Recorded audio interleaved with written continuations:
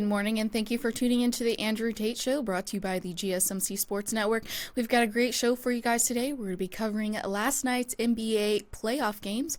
We'll also be talking about Reggie Bush. We'll have the Heisman Trophy reinstated. We'll also be talking about Deshaun Watson endorses NFL expansion to Saudi Arabia. And make sure you guys stick around for later in the show when we'll be diving into our Thursday stories of the week. Before we start, though, I would like to ask that you guys like and follow the show. Also, we get a number of questions from viewers that come in during the show, so to ensure that your question gets read on the air, I ask that you use the tips and donation link with your question. The tips and donation link is GSMCPodcast.net. This just puts your question at the top of the list so I can see it, and it also really helps the show. Hello, Tate. How are you doing? Good morning, Miss Faith. Good morning. First off, always comment, I'm a fashion guy. So I've seen the shirt before, always loved that shirt. That shirt's awesome. Thank you. I thrifted it a couple months back. That's cute. Okay. You know what? I don't know. I've never seen a thrift store here. I love they're big in the US, but not so big there. Me and my boyfriend love going thrift shopping. We love it. Now, okay, make sure we're on the same page. When you say thrift shop, is that like secondhand clothes and things of that nature? Mm-hmm. See, I don't know how, I always feel weird about that one. I don't know, I never know how that works.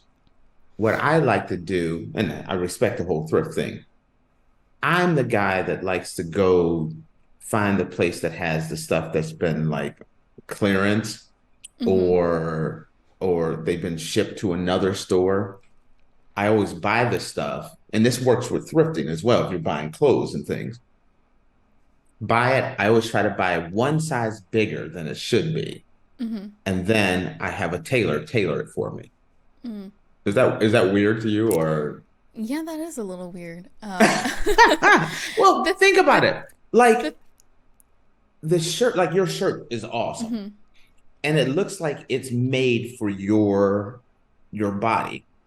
Having shirts that fit your body is like, it looks so much nicer, I feel like. So I always get a shirt that's a little bit bigger, and then have it tailored down to my lumpy body, I guess. My non-six-pack body, let's just say. Thrifting really isn't that cheap, though. Like, depending on depending on the type of like thrift store you go to, because there are some that they like thrift like really nice secondhand like name brand clothes and things of that nature. Like there's thrift stores, and then there's like vintage stores, and there's like a big difference with that. Okay, vintage. You got to drop some knowledge on me, because I'm thinking like Goodwill. I do that too, but I do have like, so I have a vintage Levi's jean jacket, which I love, but I spent That's awesome. way too much money on it. I think it was like $90 to $100. What? Oh, wait a minute. Wait. It's in great condition, though. It's in great condition, though. I love it. I wear it almost every day. Like, that's my jacket that I bring with me just in case it gets cold. And I do the fun thing where, like, I've seen this jacket. I thrift, like, I have vintage pins that I thrift, and then I put the pins on the jacket. I love it. You sent me a picture of you one time, and you had that jacket on because it had pins on it. Yeah, I love that jacket. It's the best jacket ever. See, I actually know the jacket you're talking about on that one. Yeah. I didn't know they got that expensive. My wife's sister, aunt, not sister, aunt. They're like sisters, but aunt. She's a huge thrifter. And she thrifts like all over the world. And that's like her big thing, is like some people are like really into it. And it's one of those things. I know a lot of people love it, and it's like awesome. And then you always hear those thrift stories where someone's found something at a thrift store that's worth like a ton. Yeah, I love it. And it's honestly, it's very very sustainable, and it's better for the environment. So, See, this is why we do keeping the faith on Tuesday, because you got that big heart. thank you. All right, let's dive into the NBA games. Also, something I didn't share with you today in the production meeting. I'm sharing with the audience. Normally, I give Faith kind of the rundown of the show. She never lets me know what like today's Thirsty Thursdays are going to be and things like that. But I do talk to Faith about, I send her links and things I want to cover for the sports related shows. Well, it was like 10:30 at night. I had already was getting set to go to bed, everything. I'm in my good old PJs, ready to go. Not meaning to paint this whole picture for you, Faith. And I go and I'm like, oh, I forgot to send Faith my show's topics. And then I did get that email. Internet was down. Internet was down, so I had to get dressed, drive to my office at like 10:30, 11 o'clock at night, which was here, to send you links for what we're going to talk about today. That's called dedication. My first thought was, I'll just send it to her in the morning. But I was like, nope, I'm going to make sure. You honestly could have sent it to me this morning. It wouldn't have made a difference. I do my prep in the morning before the show, so. Okay, but yeah, I got up. It was like almost 10 because we went to dinner we had this whole international dinner. We went to dinner for my friend's birthday, who is from London, flew in from London. So, and then we had a British couple and an Irish couple and two Americans at a Portuguese restaurant having dinner, which is like awesome. That was my night. A joke. And our waitress was from Brazil. Nice. So it was like a little international dinner thing. So, all right, let's dive into this basketball situation here. Alrighty, so we're going to be talking about the NBA playoff games that happened last night. We have the Heat versus the Celtics, and then we also have the Thunder versus the Pelicans. But we're going to start off with the Heat versus the Celtics. So a familiar atmosphere emanated from the visitors' locker room of the TD Garden on Wednesday night. The Miami Heat, just as they did after Game 7 of last season's Eastern Conference Finals, celebrated another road victory over the Boston Celtics. Players cheered, Pacificos flowed, music blared. This may have been only Game 2 of a first-round NBA playoff series, but these Heat had extra fuel. We code red. One player could be heard shouting from the locker room following Miami's 111-101 series tying upset. He was referencing a comment made by former Celtics forward turned broadcaster Brian Scalabrine in the Scalabrine, yeah, in the aftermath of Boston's blowout Game 1 win. Scalabrine had called Caleb Martin's undercut of the Celtics star Jason Tatum shady, suggesting Heat head coach Eric Spoelstra used a late timeout to order a so-called code red. Both teams spent their day off downplaying the faux controversy. Only the Heat took it to heart. And why not? They were double-digit underdogs for the second straight game. This was supposed to be the league's most lopsided series, with what Jimmy Butler and Terry Rozier play both sidelined for the game. Sometimes it all takes a simple math lesson. Boston made 22 3-pointers to Miami's 12 in Game 1. Anyone who listened to the Heat repeatedly noted that 30-point margin in Sunday's post-game interviews could see the adjustment coming on Wednesday. Fire at will that they did, making a franchise playoff record 23 triples on 43 attempts, which is 53.5%, to beat the Celtics at their own game by 33 points at the Arc. Okay. I'm going to ask you a question here. Oh, gosh. Okay. You didn't know there was a test on this in this class, did you? No. If I'm I not prepared. told you, okay, Faith, if I told you Yes. that the Celtics are statistically the best team, statistically, since the Michael Jordan Bulls in the 80s. This year's Celtics, I'm not saying they're the greatest team ever, but this year's Celtics statistically is the best team since the Michael Jordan Bulls that three-peated. They have the third best point differential since the Jordan Bull, but in history, the third best. Then I'm going to say on top of this that maybe their best player, their emotional leader of the team for the Bulls is out, and Jimmy Butler and Terry Rozier, which is one of their best players, is out.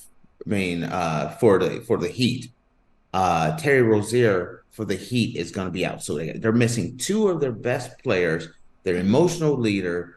The Celtics are one of the best teams in the modern era, statistically speaking, third in point differential, and I gave you that information alone. What's the result of this game? The result is the Celtics should win.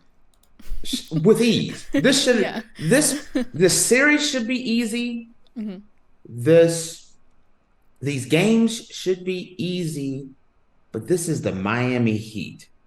And the Miami Heat has been, it's just like, forget the regular season. When you're talking about Miami, just forget about the regular season. They always rise to the occasion during the playoffs. The last 2 years against number one seeds, they're 5-2 against Eastern Conference number one seeds. The only time they have a problem is when they're in the finals against the number one seed. They're one of the absolute toughest teams to play this time of year. It's just crazy. And then you start looking at this and you say, even though you're saying statistically the Celtics is one of the best teams since the Jordan Bulls, they seem to have a problem finishing games.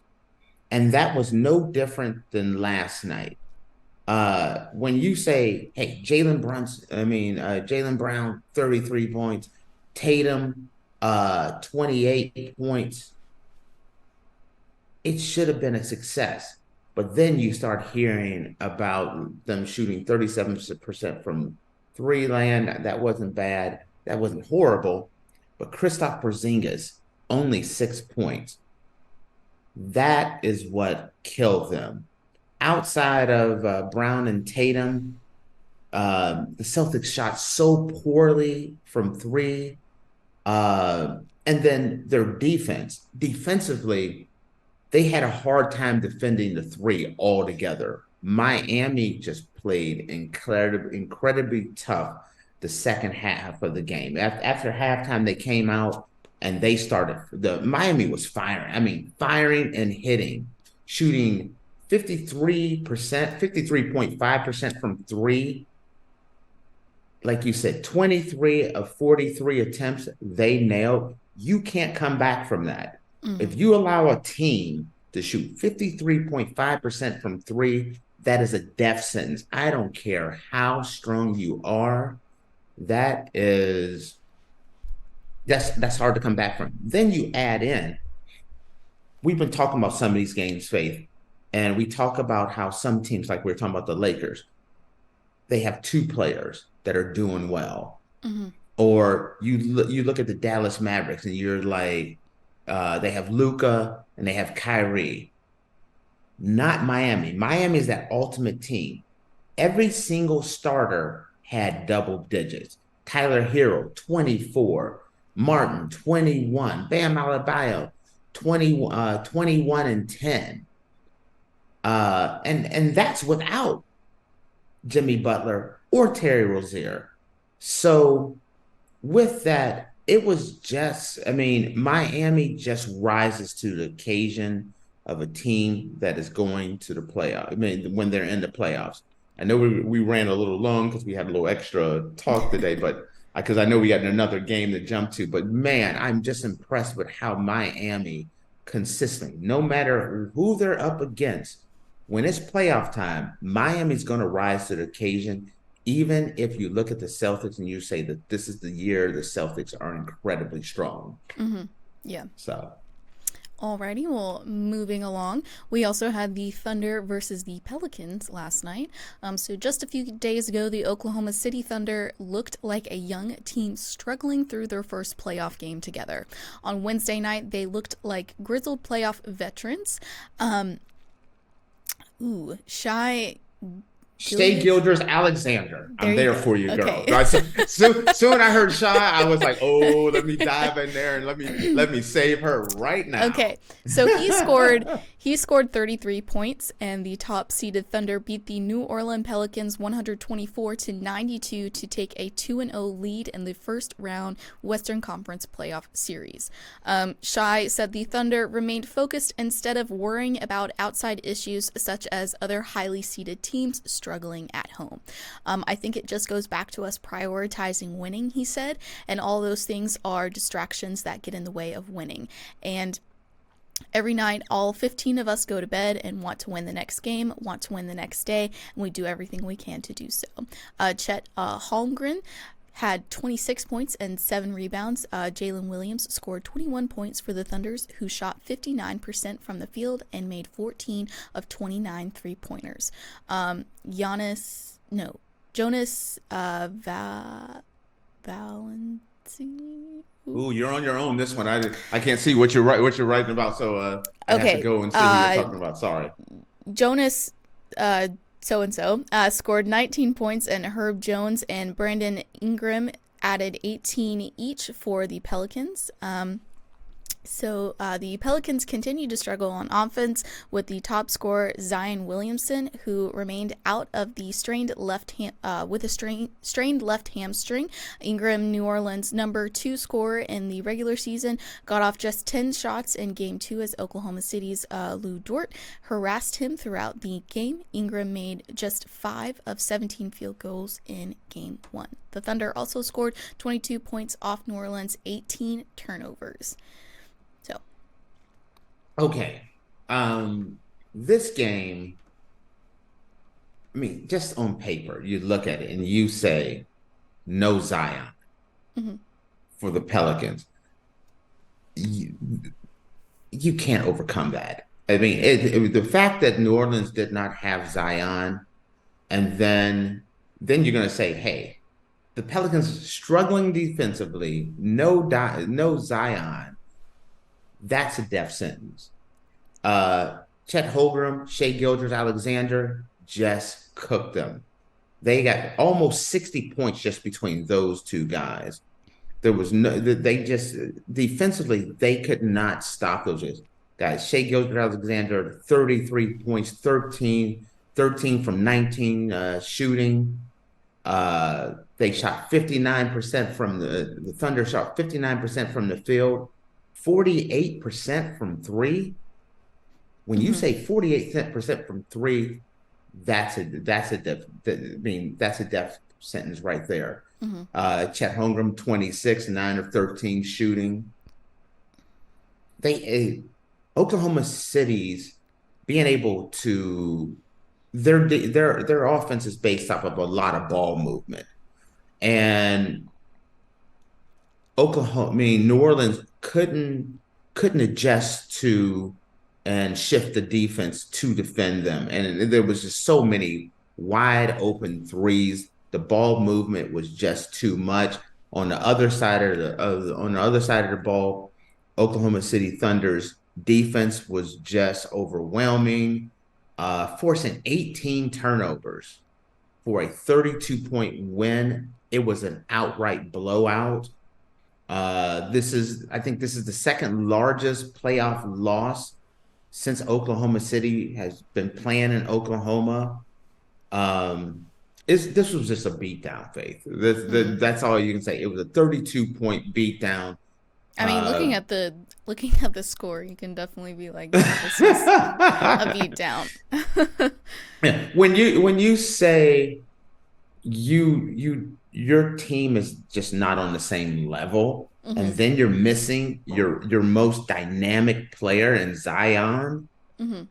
There's no shot. There's Mm-hmm. absolutely no shot that New Orleans had against them when you're looking at a situation where you don't have an offensive weapon, like you're missing an offensive weapon like Zion, and defensively, you have no answer to the ball movement and the defensive, and you can't you have Shea Gilgeous-Alexander just slicing you up like Mm-hmm. butter. I mean, just slicing you up.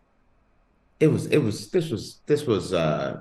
easy night. It was, Mm-hmm. you know what I mean? It was an easy night for Oklahoma City Thunder. I'm impressed by these Thunder. Man, they Mm-hmm. don't act like this is their first time being here. Oklahoma, this is a young team that is incredibly talented. I mean, wow. Yeah. So Alrighty, guys. Well, with that, we are going to take our first break, and when we come back, we're going to be talking about the Reggie Bush being reinstated with his Heisman Trophy, and we'll also be talking about Deshaun Watson endorsing NFL expansion to Saudi Arabia. So make sure you guys stick around, and we will be back in a minute.